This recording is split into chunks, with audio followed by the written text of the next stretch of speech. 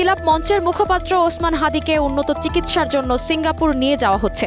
Air অ্যাম্বুলেন্সে সোমবার দুপুর 1টার দিকে তাকে নিয়ে এভারকেয়ার থেকে শাহজালাল আন্তর্জাতিক বিমানবন্দরের উদ্দেশ্যে রওনা হয়। শরীফ ওসমান হাদিকে সরকারি খরচে সিঙ্গাপুর নেওয়া হচ্ছে। হাদির ওপর হামলা বিচ্ছিন্ন ঘটনা, আইন শৃঙ্খলার অবনতি হয়নি বলে মন্তব্য করেছেন প্রধান নির্বাচন কমিশনার এএমএম নাসির উদ্দিন। সোমবার এক অনুষ্ঠানে তিনি জানান, নির্বাচন নিয়ে কোনো শঙ্কা নেই, যত বাধাই আসুক নির্বাচন হবে। ওসমান হাদিকে গুলি করে হত্যা চেষ্টায় ঘটনায় রাজধানীর পল্টন থানায় মামলা করা হয়েছে। হাদির এক আত্মীয় বাদী হয়ে মামলাটি করেছেন। সোমবার সকালে এ তথ্য নিশ্চিত করেছেন পল্টন থানার এএসআই রকিবুল হাসান।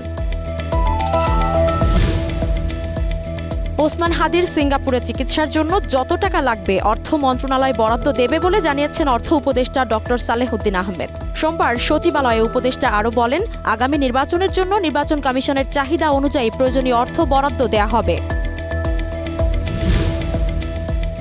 কলম্বিয়ায় একটি স্কুল বাস খাদে পড়ে কমপক্ষে 16 জন শিক্ষার্থী ও 1 জন চালক নিহত হয়েছেন।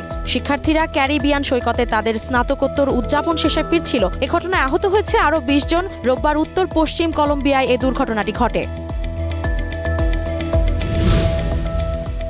ধর্মশালায় সিরিজের তৃতীয় টি-20তে সাউথ আফ্রিকাকে 7 উইকেটে হারিয়ে 5 ম্যাচ সিরিজে 2-1 ব্যবধানে এগিয়ে গেল ভারত। আগে ব্যাট করে সাউথ আফ্রিকার 117 রান 25 বল হাতে রেখে মাত্র 3 উইকেট খরচায় টপকে যায় তারা।